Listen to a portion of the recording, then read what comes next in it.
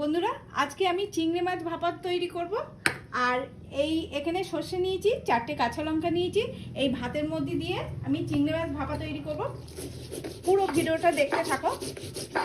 ভাত এইদিকে হয়ে গেছে, উপর দিয়ে দিয়েছিলাম, ফ্যান জ্বালানো হয়ে গেছে। আর এই চিংড়ি মাছ টিফিন বক্সে ঢেলে দিলাম। সর্ষে বাটা, কাঁচা লঙ্কা বাটা,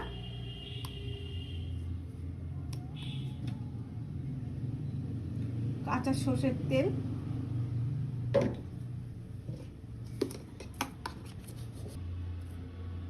লবণ,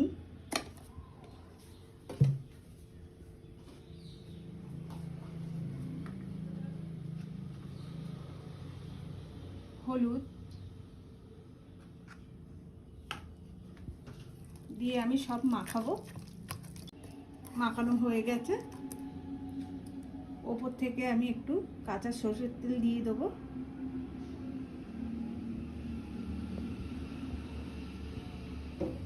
দুটো কাঁচা লঙ্কা দিয়ে দেবো। দিয়ে আমি ঢাকনাটা চেপে দিলাম। এই হাঁড়িতে ভাত, একদম গরম ভাত।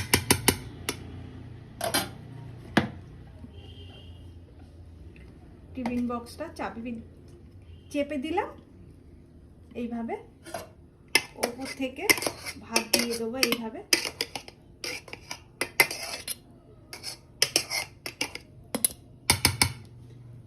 এটা আধ ঘন্টা আমি রেখে দেবো এইভাবে ঢাকা দিয়ে।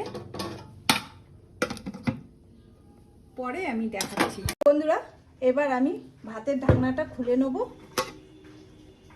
আর ওপরে একটা আমি নোড়া চাপা দিয়েছিলাম, দেখো। এবার দেখবো কেমন হয়েছে।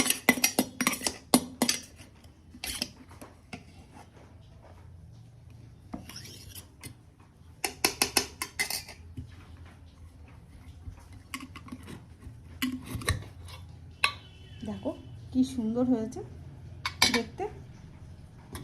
কত সহজে চিংড়ি মাছ ভাপা হয়ে গেল।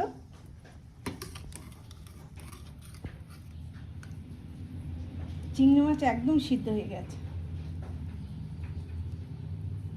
এবার গরম ভাতে এই চিংড়ি মাছ ভাপা দিয়ে খাবো। আমার এই রেসিপিটা কেমন হলো অবশ্যই কমেন্ট করে জানিও।